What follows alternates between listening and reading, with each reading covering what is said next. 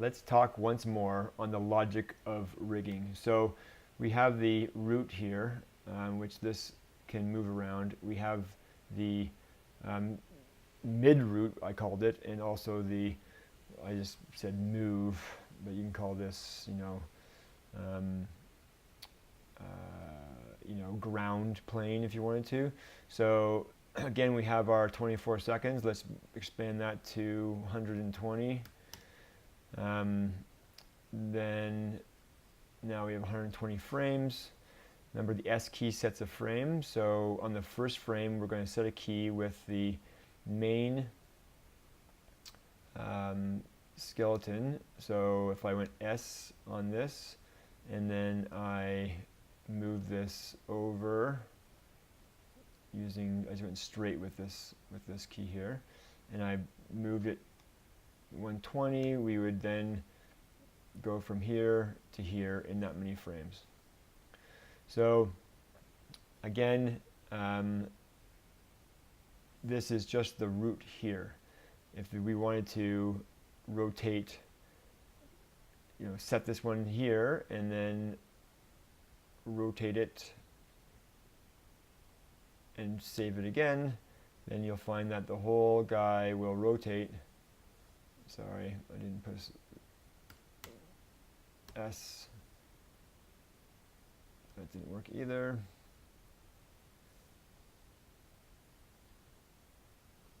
Let's go to 0, press S, sets a key, and now we're going from there to there. You can see it rotating. At the same time, we then grab the core here, and we're going to want it to go from, again, save here to at the end where we want it to be flipped like this. So it's going to go like that to there. Now maybe you want it to go from that position to a one where he's much higher up at 58. So there you go. So you can see how animation works. It's a combination of logical moves based on rotations. Obviously, if this is the position at the beginning, he might go with his arms up like this.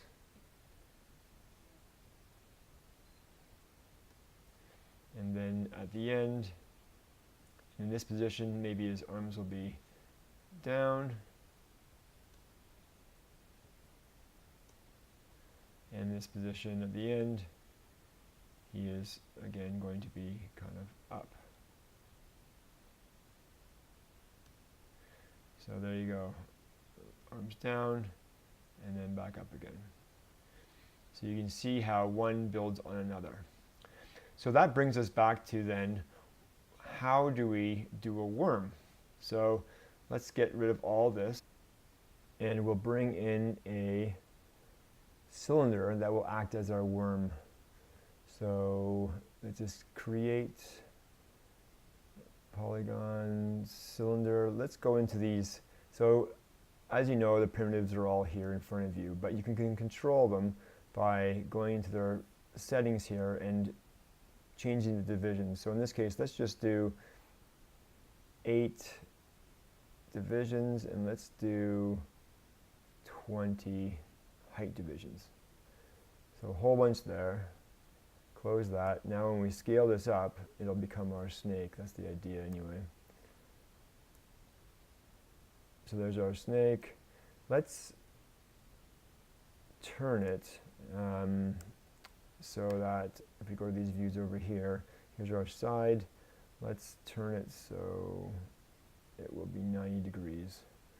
Let's look at our 90 degrees. Let's do that. Frame this in every direction. There we go. So here's our snake. Here's the wider view of it. Oops. Now, normally, we would create a skeleton like we did a minute ago. So here's our rigging. We would take the deformations, skeleton, create, and we would create this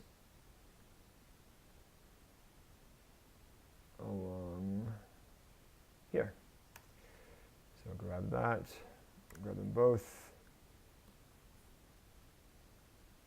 This plus this, bind the skin, and now we have ourselves a snake. Now, rotate these all around, and you can see that it'll move like a snake would. And that's kind of how we would normally animate it. You would see it like this. We'd save it in positions, and that would act as our snake. But it's very difficult to make something slither, to move along a path. And that's where Maya has these other interesting modification tools that we're just going to touch upon because they're kind of helpful for modeling. So you can see, for example, if we wanted to make this, we would try and make our snake, and then we would animate it into the position we wanted, and then we would save it in that position. And so remember when we had our worm that was in a particular shape? Ideally, we would make it all straight and flat, and then we would animate it into a position like this from its default pose, and then we would basically make the save this out if we wanted to keep it as a model that was separate or printed or whatever else.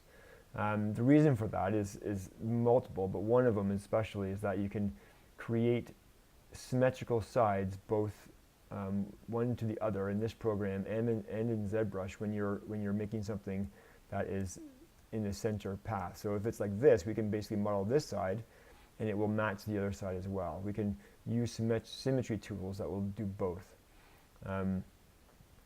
But just as a side note, let's just delete this. If we got rid of the skeleton that's holding this up, it'll pop back into its original position. And just for an exercise, I will show you how you can animate a snake. There's many ways to do it. In fact, the rigging of a snake is extremely complicated. But for now, what I'm going to do is I'm going to create a curve. Let's just say it starts off here and goes along. Now into the top view, as you can see. So here's the top view. And I'm going to grab this and I'm going to place it with the animation constrain, no deform, so no constrain, motion path, so attach the motion path. So what's not, oh, I see. So basically because I had it with a skeleton before, it has locked all these channels here, which is what that gray is. So I'm going to unlock the channel. That's unlocked, and now I can constrain it to the motion path. Still not happy. Why is that not happy?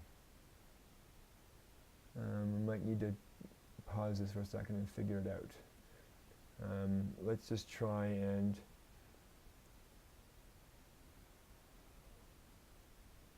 freeze transformations, reset transformations, and maybe delete all by type. So edit, delete by type, history. There we go. So let's do that now again. And hopefully this will work. Attach. There it does. So now you'll see we have from 1 to 120. If we were to move it along here, it will literally follow that motion path. So you can see how a plane would move along that.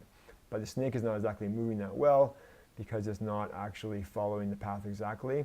Well, it just so happens they've got this other little follow-up you can use, which is follow the path. So you can, in this case I have 12 divisions, and I can apply that and it'll try and follow this, and you can see how it goes along like this. Let's undo that and do it again with, let's say, 40.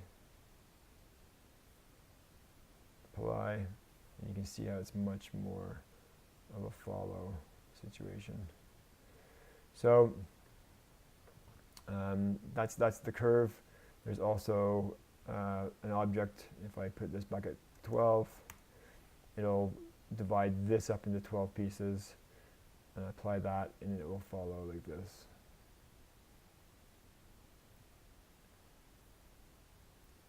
So our worm can go up into the hole, out of the hole, wherever it wanted to.